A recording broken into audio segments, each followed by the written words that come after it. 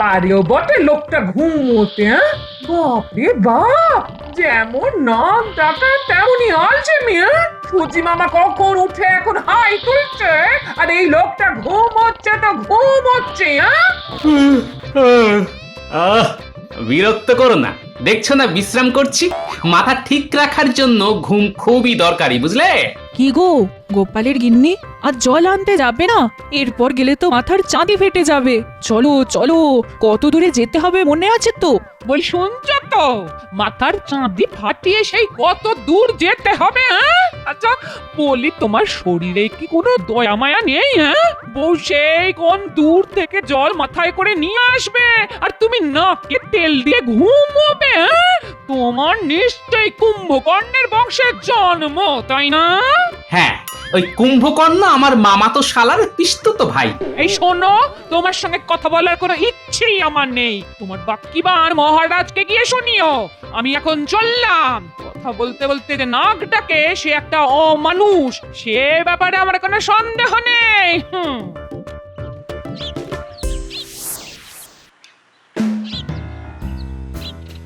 কি গো গোপালের গিন্নি, আজ এত দেরি হলো? আর বলো না গো, ঘরে কুম্ভকর্ণকে রেখে কি আর বার হওয়া যায়, হ্যাঁ? সে কি নাক ডাকারে বাবা, সিংহ শুনলে ভয় পেয়ে যাবে। হ্যাঁ, সকালের দিকে তো কাক পক্ষী ভুল করেও আমাদের বাড়ির আশপাশ এড়িয়ে যায়। হ্যাঁ, কি ঘুম কি ঘুম। জল আনতে যাচ্ছ? আমিও যাচ্ছি। চলো চলো চলো, একসঙ্গে যাই। আজ বড্ড দেরি হয়ে গেল। আসলে আসলে বাপের বাড়ি থেকে অনেক লোক এসেছে, তাদের সকালের খাওয়া খাইয়া এখন সময় পেলাম জল আনার। চলো চলো চলো, আজ খুব দেরি হয়ে গেল গো। হ্যাঁ রে, তোর খোপায় ওটা কি রে? কে দিল রে? নিশ্চয়ই হারান। তোকে লাগছেও খুব সুন্দর দেখতে। অত সুন্দর চুলে মানাবে না। ও গোপালের গিন্নি, এবার তোমার কর্তাকে বলো একটার উপর কাঁটা দিতে, মানাবে খুব। আমার কর্তা তো বিয়ের পর থেকে আমার দিকে ফিরেও তাকান না, আর তিনি দেবেন রূপোর কাঁটা, হ্যাঁ? কি বলবো আর তোমাদের, ওরকম হাড়কেট পড়লো আমি জীবনে দুটো দেখিনি বাবা। হ্যাঁ,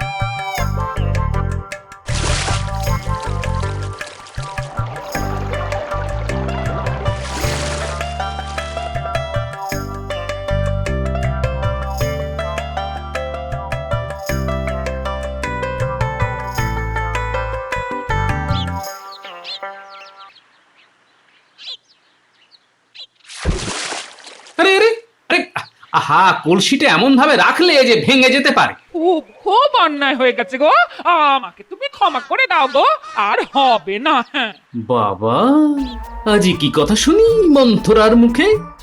এই রোদে জল নিয়ে এসে কোথায় মুখ ঝামটা মারবে তা নয়, উল্টে মিষ্টি করে কথা বলছে। না না, ক্ষমা চাওয়ার কি আছে? তুমি কি আর ইচ্ছে করে করেছো? ভারী তো একটা মাটির হাড়ি, তার জন্য এত করে বলার কোনো দরকার নেই গিন্নি। মাটি বলে কি কোনো দাম নেই, হ্যাঁ? আজকাল মাটির দামও সোনার কাছাকাছি। হ্যাঁ, এই দেখো, আমি কি জানি না কত কষ্ট করে তুমি সংসার চালাও, হ্যাঁ? না না না না, নির্ঘাত কোনো ধান্দা আছে। ঠিক আছে, তুমি ডালে ডালে গেলে আমিও পাতায় পাতায় চলি। বলে ফেলো ধান্দাটা শুনি। ভাগ্যিস আমার ঘুমটা ভাঙিয়ে দিলে, নইলে যে কি কাণ্ড হতো। এমনিতেই রাজসভায় যেতে রোজ দেরি হয়ে যায়, আজ তো যেতেই পারতাম না, যা দেরি করে ঘুম থেকে উঠলাম। বাপরে বাপ, আজ হারানের বউয়ের চুলে দেখলাম একটা ভারী সুন্দর রূপোর কাঁটা। এই আমাকে একটা কিনে দেবে গো, হ্যাঁ? কাঁটা? রূপোর কাঁটা? হারানের বউয়ের চুলে? আমাকে আমাকে একটু জল দেবে গিন্নি? বুকটা না কেমন যেন ধরপড় ধরপড় করছে, শরীরটা খারাপ লাগছে। বৈদ্যকে একটু ডাকবে নাকি গো? যতদিন না আমার চুলের উপর কাঁটা ওঠে ততদিন আমি এই বাড়ির জলস্পর্শ করব না, এই আমি বলে রাখলাম। হ্যাঁ,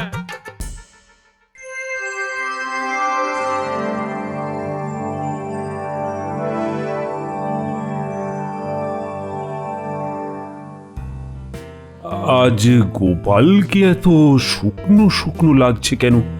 বাড়িতে কি কোনো অশান্তি হয়েছে? মহারাজ, গোপালের খাবার যা চাহিদা তা মেটাতে গেলে প্রত্যেক সংসারেই অশান্তি লাগবে। মহারাজ, আমি স্বীকার করছি আমার পেটটা একটু বড়। তার জন্য কি আমি দায়ী মহারাজ?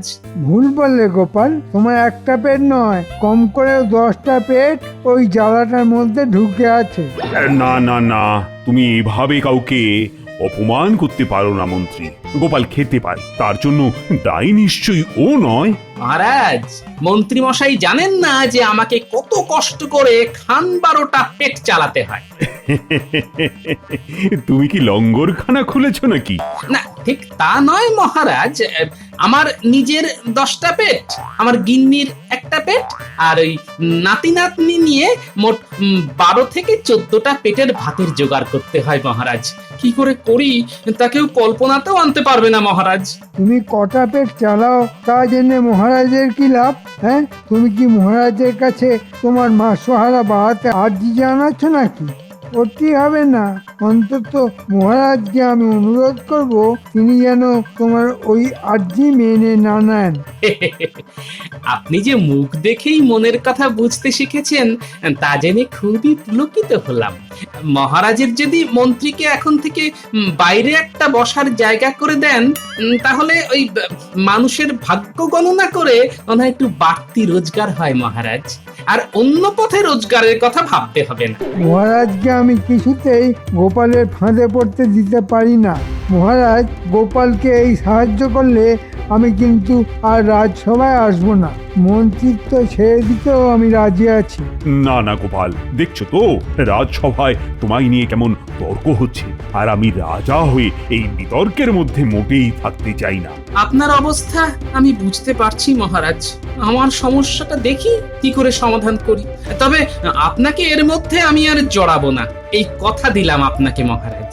দেখো গোপাল, তোমাকে আমি খুব ভালোবাসি, তাই খালি হাতে তোমায় ফিরিয়ে দেব না, কিন্তু সেটা ধারও নয়, দানও নয়। বুদ্ধি করে যদি আমার কাছ থেকে মোহর জোগাড় করতে পারো তো আমি বুঝবো তোমার এলেম আছে। মোহর তখন আমি তোমাকে দেব স্বেচ্ছায়, হাসতে হাসতে। সবই আমার কপাল, শেষ পর্যন্ত মহারাজকে ঠকিয়ে উপার্জন করতে হবে আমার।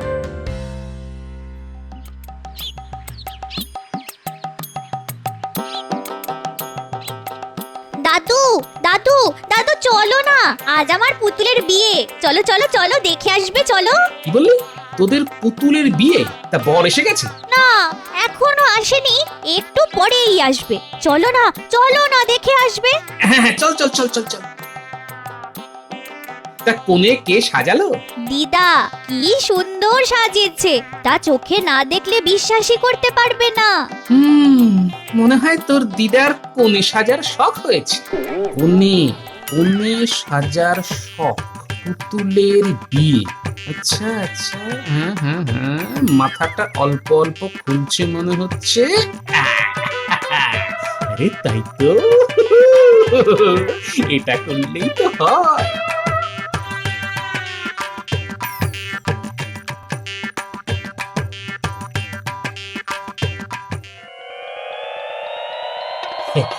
বাহ, কি সুন্দর তোর দিদা কোণে সাজিয়েছে রে, খুব সুন্দর, একেবারে যেন দিদাই। আর বর কোথায় গেল? বর বর বললাম না, বর এখনো আসেনি, এক্ষুনি এসে যাবে।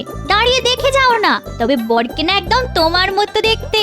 হ্যাঁ, বলিস কি রে, বরকে দেখতে আমার মতো? কে বর সাজিয়েছে বলতো? দিদা শিখিয়ে দিয়েছে, আমরা তৈরি করেছি। তা তোর দিদার বোধহয় আবার আমাকে বিয়ে করার শখ হয়েছে।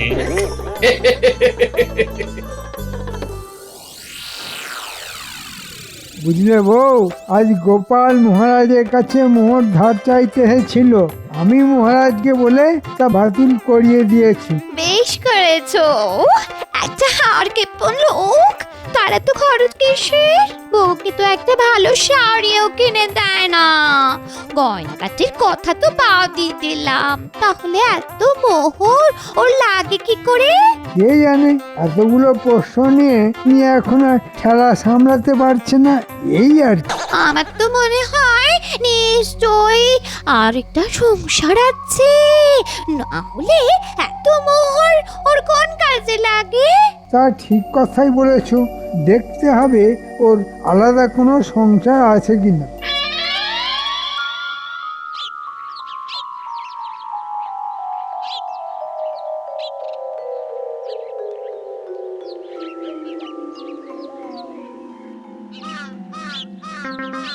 কি ব্যাপার গোপাল, তোমাকে এত অস্থির লাগছে কেন? হবে না, বুদ্ধি লড়াই লড়তে গেছে আপনার সঙ্গে, আমি থাকতে পেরে উঠবেন না, তাই এত অস্থির হয়ে আছে। হ্যাঁ, তাই নাকি গোপাল? তা তোমার এত বুদ্ধি, আমার সঙ্গে না হয় নাই বা পারলে, তাতে কি যায় আসে? আগে আপনার সঙ্গে বুদ্ধিতে আমি কখনোই পারবো না, বিশেষ করে মন্ত্রী মশাই যতক্ষণ আপনার পাশে আছেন সেটা আমি জানি। কিন্তু আমি একটা অন্য ব্যাপারে খুব ব্যস্ততার মধ্যে আছি মহারাজ। মহারাজ, দেখুন গিয়ে গোপালের অন্য কোনো সংসার আছে কিনা। এ কি বলছো তুমি মন্ত্রী? গোপালের আরেকটা সংসার আছে? না না না না, এ হতেই পারে না। মহারাজ, আমার মনে হচ্ছে মন্ত্রী মশাইয়ের বুদ্ধির উন্নতি হয়েছে। কিভাবে এটা হলো তা খুবই রহস্যের ব্যাপার মহারাজ। কল্পনা শক্তি যে আপনার মন্ত্রীর এত প্রবল তা আগে জানতাম না মহারাজ। তোমার ওই কুমড়ো পটাশ মাথায় যদি ঘিলু থাকতে পারে, আমার থাকবে না কেন? আমায় ফাঁকি দেওয়া অত সোজা কাজ না মহারাজ। শোনো, তোমাদের এই সব কথার মারপ্যাচ আমি কিন্তু কিছুই বুঝতে পারছি না। আমায় খোলসা করে বলো তো গোপাল, মানে তোমার সমস্যাটা কি? মহারাজ, অপরাধ নেবেন না, আমি না মানে ওই ওই আর কি, মানে বিয়ে করছি মহারাজ। বলেছিলাম মহারাজ, আমার ভাবতে লজ্জা লাগছে, এই বয়সে গোপাল আবার বিয়ে করতে যাচ্ছে। ছি ছি ছি। গোপাল, সত্যি করে বলো, এটা সত্য না রসিকতা? মহারাজ, আমি মিথ্যে কথা বলি না, সত্যি আমি বিয়ে করছি, এবং কালকেই। একেই বলে ভীমরতি, বুড়ো বয়সে এই রোগটা হয়। মহারাজ, এই অনাচার আমি মানতে পারছি না, হয় গোপাল এখানে থাকবে নয় আমি। কে থাকবে সেটা আপনি ঠিক করুন। এই, তুমি থামো তো মন্ত্রী, আমি গোপালকে প্রশ্ন করেছি, এই বয়সে আবার বিয়ে? একটু কেমন কেমন লাগছে যেন। আসলে মহারাজ বলতে পারেন কিছুটা বাধ্য হয়েই এই বিয়েটা আমায় করতে হচ্ছে। বিশদে সব খুলে বলবো, এখন নাই বা বললাম, তবে এটা সত্যি যে আমি আবার বিয়ে করছি মহারাজ। কেন কেন কেন বাধ্য হয়ে কেন? ইয়ে আবার কেউ বাধ্য হয়ে করে নাকি? কখনো কখনো করে কখনো কখনো, সেটা শুনলে বুঝতে পারবেন। এসব বাজে যুক্তি মহারাজ, ওর বিয়ে করার ইচ্ছে হয়েছে তাই করছে, কিন্তু মহারাজ এই বিয়েতে আমার মত নেই, সে কথাটা বলে রাখলাম। কে তোমার মত চাইছে যে আগ বাড়িয়ে তুমি দিতে যাচ্ছ? না মহারাজ, আপনার একজন গণ্যমান্য মন্ত্রী হিসেবে আমারও কিছু দায়িত্ব আছে, তা আমি অস্বীকার করতে পারছি না। আমি যতক্ষণ রাজ সিংহাসনে আছি তখন দায়িত্বটা তোমায় নিতে হবে না মন্ত্রী, আমিই নেব। তা বলো গোপাল, বলো, তোমার বউকে কবে আশীর্বাদ করতে যাব? মহারাজ, বিয়ে কালকে, বউ আসবে পরশুদিন। খাওয়া দাওয়াটা আমার বাড়িতেই না হয় করবেন। সেদিন রাজসভার সবাইকে আমন্ত্রণ আমার গরিব কুটিরে।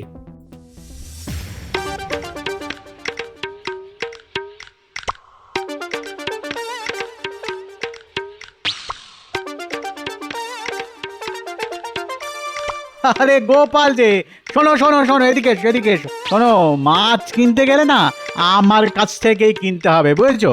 এখন লগন সার সময় তো, মাছের যা দাম তুমি কুলোতে পারবে না, আর আমার কাছ থেকে নিলে সস্তায় টাটকা মাছ পাবে। হ্যাঁ, বুঝছো কিনা? তো কত কত মাল লাগবে তোমার? কত? অনেক অনেক, তোমার কাছে যত মাছ আছে তা তো নেবই, দরকার পড়লে অন্য দোকান থেকেও নেব। আমার চাইতে ভালো মাছ এখানে কেউ দিতে পারবে না, বুঝছো কিনা? আর সস্তাতে তো নয়। দাও দাও দাও, যত পারো মাছ দাও। ভালো দেখে দেবে কিন্তু, নইলে বুঝতেই পারছো কি হবে। তার পাচ্ছি না, মহারাজকে বলে দেবে এই তো।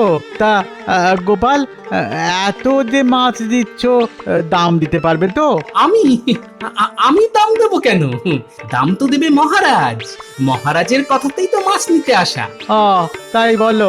আচ্ছা তাহলে নাও নাও নাও, কত মাছ নেবে নাও। দাঁড়াও দাঁড়াও দাঁড়াও দাঁড়াও দাঁড়াও, আমি আমি আমি আমি আমি বেছে বেছে ভালো মাছ দিচ্ছি।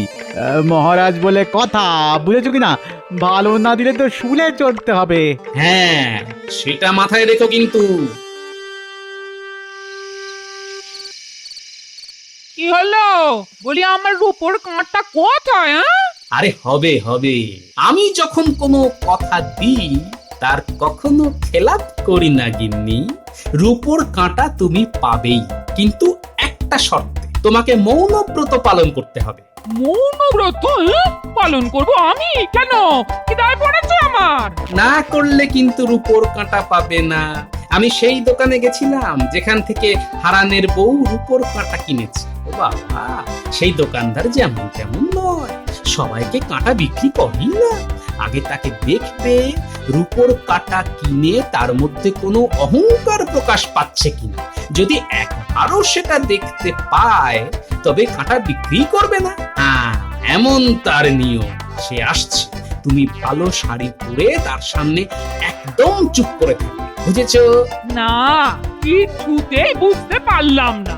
রূপোর কাঁটার জন্য আমি সব মেনে চলবো, হ্যাঁ, তবে তাতে যদি না পাই তবে তোমার একদিন কি আমার একদিন। হ্যাঁ, সেটা মনে রেখে যা বললাম তা অক্ষরে অক্ষরে মেনে চলবে, কেমন?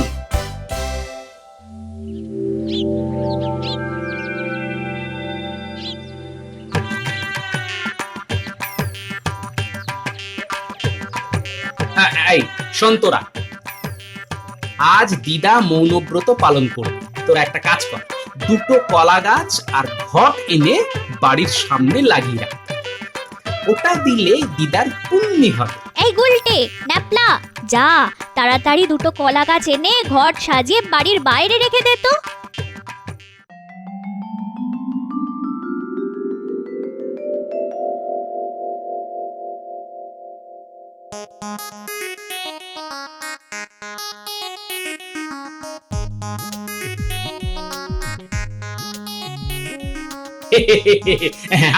আসুন আসুন মহারাজ, আমার কি সৌভাগ্য, আজ আমার বাড়িতে আপনার পদধূলি পড়লো। ঠিক আছে ঠিক আছে, আমার সঙ্গে এতটা বিনয় না করলেও চলবে। তা দেখি দেখি তোমার বউয়ের মুখটা আশীর্বাদ করতে হবে তো। এদিকে আসুন মহারাজ, এদিকে আসুন। আরে লজ্জার কি আছে, তুমি গোপালের বিয়ে করাবো। এই নাও 100 সোনার মোহর, আমার তরফ থেকে এই উপহার দিয়ে তোমায় আশীর্বাদ করলাম। কি হচ্ছে কিছুই তো বুঝতে পারছি না। হ্যাঁ, যাক বাবা, সোনার মোহর দিয়ে একটা রূপোর কাঁটা হবে না? নিশ্চয়ই হবে, নিশ্চয়ই হবে। গোপাল, তোমার বউকে বলো ঘোমটা সরাতে। এই মুখটা তো দেখি একবার। এবার মুখটা দেখাও বউ, স্বয়ং মহারাজ তোমার মুখ দেখতে চাইছেন। এবার ঘোমটাটা সরাও। কি গোপাল, এ তো তোমার পুরনো বউ, কিন্তু তুমি যে বললে আবার বিয়ে করেছো। মহারাজকে ডেকে নে, তুমি কি আমাদের সঙ্গে মস্করা করছো? মহারাজ, এর একটা বিহিত হওয়া দরকার। গোপাল, এটা তুমি কি করলে? আরে লজ্জায় যে আমার মাথাটা হেঁট হয়ে গেল। কেন মহারাজ, আপনার মাথা হেঁট হবে কেন? আমি তো আপনাকে বলেছিলাম আমি বিয়ে করছি। একবারও তো বলিনি পাত্রীটিকে। আপনিই বলেছিলেন বুদ্ধিতে আপনাকে পরাজিত করতে পারলে আমার প্রয়োজনের তুলনায় বেশি মোহর পাবো। আপনি মহান, নিজেই স্বীকার করুন।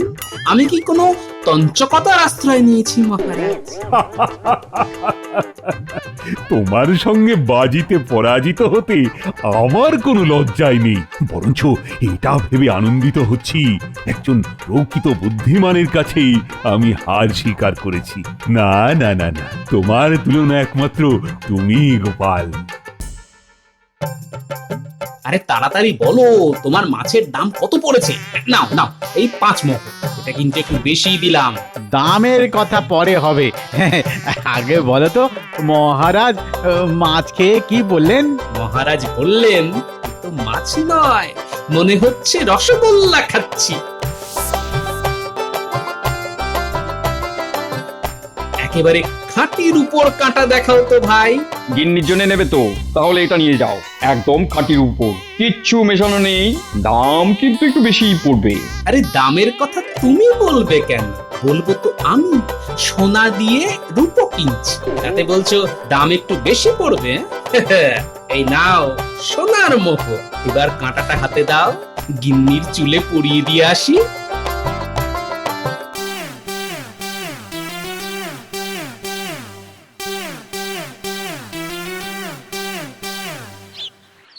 গিন্নি, অগিন্নি, অগিন্নি বলি গেলে কোথায়? এই দেখো দেখো কি এনেছি দেখো। দিদা, দাদু এসে পড়েছে। তুমি দাদুর দিক থেকে মুখ ঘুরিয়ে বসো, আমরা দরজার আড়ালে লুকিয়ে আছি। তোমার জন্য দেখো রূপোর কাঁটা নিয়ে এসেছি, তুলে দেবে না? ও, তোমার ইচ্ছে হয়েছে আমি পরিয়ে দিই, তা দেবো না কেন? এই দিলাম খোপায় খাঁটি রূপোর কাঁটা পরিয়ে। দাদু, আমরাও আছি। এই দেখো না, আমরা দুটো মালা নিয়ে এসেছি। এবার দিদা তুমি দাদুর দিকে তাকাও, আর দাদু তোমার দিকে। এই নাও মালা, দুজন দুজনকে পরিয়ে দাও। শুভ দৃষ্টি থেকে মালা বদল সব করতে হবে। রূপোর কাঁটা দিয়ে দাদু দিদার বিয়ে। দাদু বলল বুড়ি, আমার মুখ পুরি। দিদা বলল বর, তুমি কি আমার পর?